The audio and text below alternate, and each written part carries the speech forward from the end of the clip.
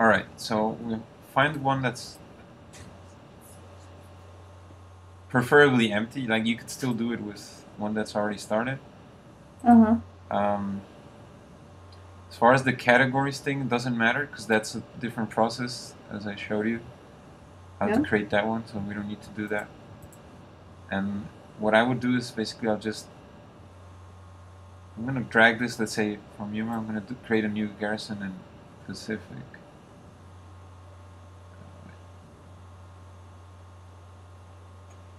Just make sure it falls on the Pacific. There we go.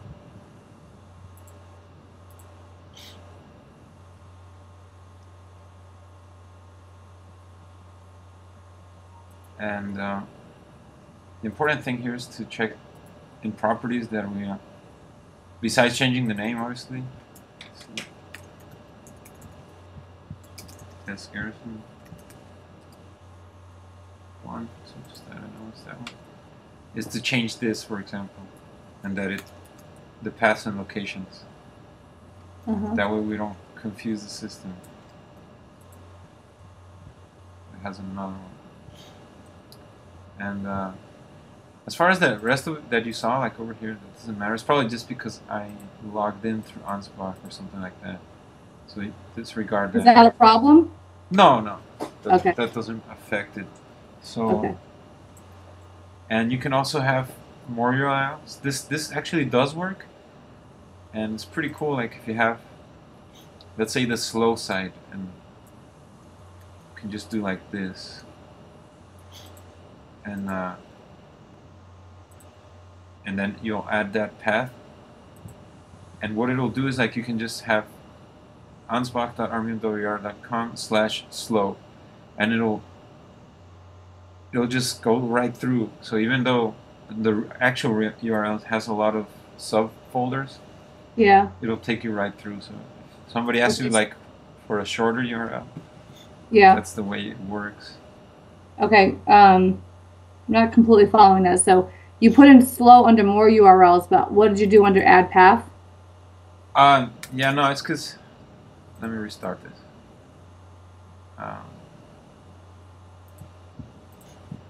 So let's say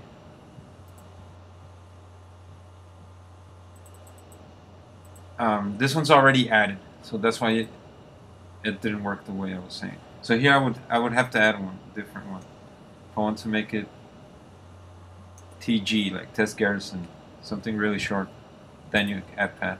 This one's already been added, so that's why it shows up like that. But I can remove that one, and so on. So, and this is the main page, so probably won't be doing it for this one. Save. And then obviously we want to change all these names. I'm going to do this garrison events. I think it all has to be typed the same, so let's just keep it concise. And same here. This one can be different, it's no problem. I'm going to remove that.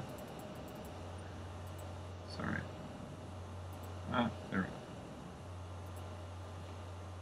Test G1 and this one can be different, it's fine.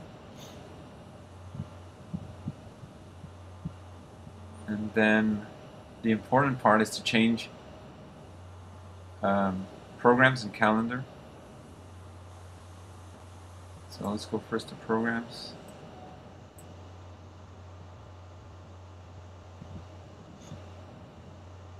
And then we're going to go into edit. And then on this like invisible little block here, I'm going to edit that. This is like an auto nav block, which is what creates the menu. So this we leave like that in the sitemap order. And then here you're going to select under what particular page you want all those links to that you want to populate. So here you can see it's selected programs, but it's probably the programs of that garrison I duplicated from, so we have to reselect that. So we want to go in there and then to the test garrison, we want to select this programs, because that's the one we're working with. Okay. And then that's it. So pages to display, none. We leave it like that because we're not doing sub pages. And save. Do other people have access to that, like that little edit area that you were just in? No. Okay. They should not. I think only admins. Okay, good. So, yeah. That was it for that. Make sure to publish that. And let's go back to the sitemap.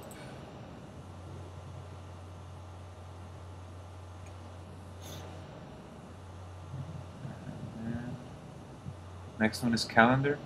Calendar and events, basically, you know, it's the same page. It's just the way the system works. Calendars you can consider it's like the system page, and events, this one is like where the actual pages go under. Yep. So, but if you visit either or, it'll take you to the same page. Here we're going to do something similar. Go into edit, and then we're going to edit this block. And then we're going to, the title calendar is fine, let's just leave it like that. All categories. And this is interesting because if you could potentially make a pre-filtered calendar if you wanted to put it on a page or anything. And this is how you would do that. But since this is the general calendar, it's all categories. Mm-hmm. And then custom view name, that's fine. And it already selected this garrison 1 events. Huh. Normally it's not selected. I don't know why it did that, but pretty cool. That's kind of what I came to change. So that's all fine. Number of events 150. Truncate event descriptions after 120. All good. So basically I didn't have to do much. Okay. And then full sitemap again.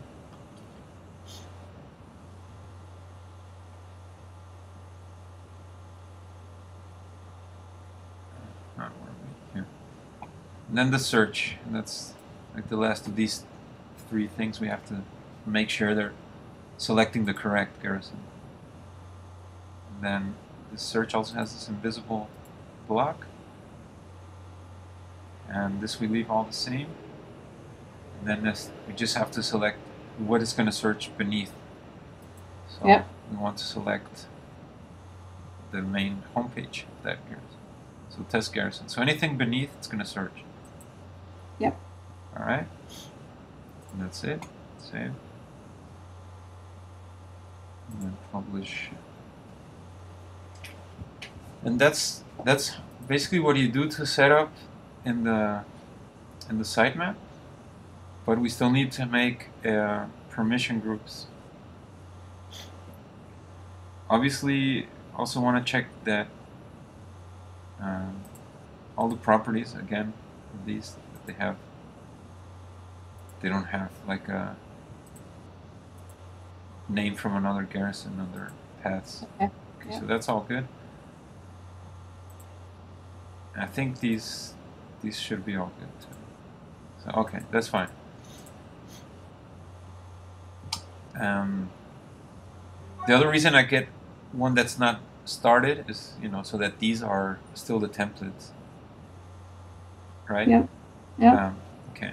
So now the next thing we have to do is the permission groups. So for that we go to dashboard, and then user groups, and then add group,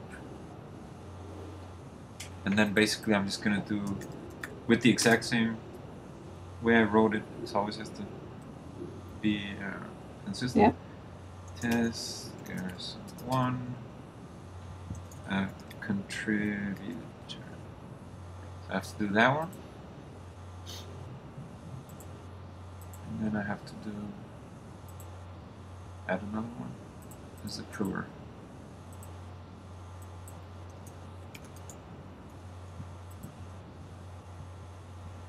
And then finally we have to assign those, this is the part that takes the longest time. So I'm not going to go over every one of them, but Mhm. we can check it out. So at the topmost level here, we go to set permissions. And then here we're going to change from hierarchy to manually. Oh yeah, I know how to do this part. Yeah. So yeah, just that's the important part. You click OK. So that lets you override all of these. And I'm going to grab another garrison that's finished to see the reference. Just put it on another tab over here. So let's see for build one. So we want it to look like this. Yep. View versions, contributor, view page and sitemap, add the contributor, preview page as user, contributor, properties, and contents, all contributor. And then to delete, approver, delete versions, approve changes, obviously. Actually, this one's wrong. Don't ask me why, but Andy told me that to add both on this one. It's just, I think, the way it like both really unlock the way to approve it without having to Wait, so which click one? on those green tabs that appear, like all those versions. Yeah, so tell me that again, because I know that that's a problem. That's a problem sometimes, right? So yeah, so for what are you under? approved changes, we Yeah. want to have both approver and Ah, okay. contributor. I'm doing that. I have not been doing that. Yeah, okay, so we want... Well, that defeats the purpose, doesn't it? No, they need to have both so that it works. If that makes any sense. It doesn't. Because So if, now you're saying a contributor can approve. yeah, I mean, it doesn't make sense, like, logically as how the permission system would work, but a contributor won't be able to approve, even though that permission says that he needs to be contributor and approver. And I think it's just the way that the workflow works. So basically, to be a full approver, you need to have both contributor and approver. Okay, so that's definitely, I have not been doing that, so I'm gonna have to go check. Yeah, just make sure they have both. So in this case, I need to add Fort Belvoir, a contributor. And I think that fixed some of the problems with the versioning. So save that. And then add subpage, you also want to have the contributor, which is missing here. So eventually they'll ask you to... I can't add subpage, even if it's a contributor. They should be able to still do that. Okay. And mover copy page. I've been giving it to contributors as well. But and schedule guest access should actually probably only be approvers. But yeah. And do you know how to use that feature? I haven't really been using it, but I haven't been using it now. That's coming down because I've convinced Jesse that there's some parts where you want to have content like really in context. Let's say a pool closure or something like that, and it's within an accordion or something like that, and you want, like, if someone's reading that information, you want that information to be right there. The pool's closing this July 21, whatever, right? And not as a promo so much because it's kind of out of context. Like if you'd have to scroll down, or it doesn't really make sense to put that in other parts. But that piece of content should be within a scheduled access block. Basically, what that is, it's just a normal block, but you tell it to expire. So, and not everyone has that permission set up. Like you put it here, they won't see that if you haven't added them here. So Let's look for one here. We don't have, oh, doesn't matter. Let's just go to red.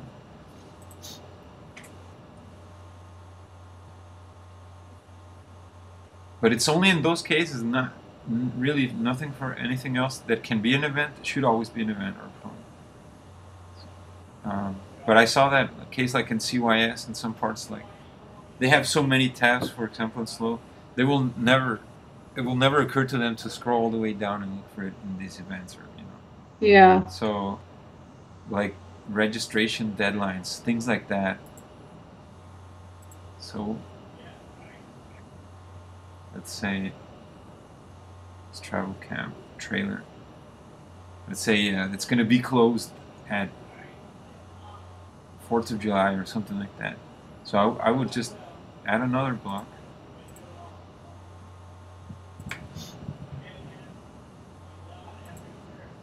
Let's say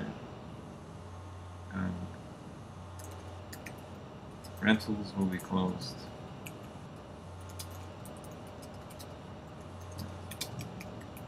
Whatever, right?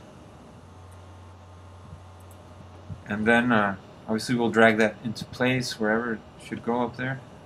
But the important part is schedule guest access. And this option is what I tell you, this won't appear to them unless you have added the permission on that sitemap. And then you can say you want to publish from now, whatever, to the 4th of July, which is, or to the 5th, whatever. Okay. You can say all day. And then save. And that will, that will let them have time-sensitive content within this area. Okay, and so when it expires, it'll just come off? It'll just come off. Okay. Yeah. For the customer. Like if you log in, you'll still see it here, but it won't be visible. So. And I think that's really good because, some things, like I said, should be in context. So if they ask you, oh, why can't we do that? Only in those kind of cases. Okay.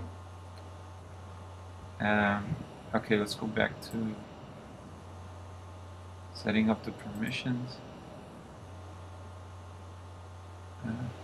This wasn't the tab I was in. Okay. So once you set up all those, just save, whatever. The next thing we have to do is set up the workflow. And if you don't do this, then they'll get all those version tabs as well. So workflow list, and then just add a workflow. This doesn't have to be exact, so it can just be test garrison. Do you have to do this for everything, all permissions, or just the guest access? This is kind of independent. This is just the workflow access. So this basically will let them not have to be approving those versions every single time, and it won't build up those bars that here. This version needs to be approved. This version needs to be approved, and so on. So okay, yeah, I wonder why that happens sometimes. So you need to make sure they all have a workflow created. Okay. And they have this approve or deny, and they have their approvers group selected. So,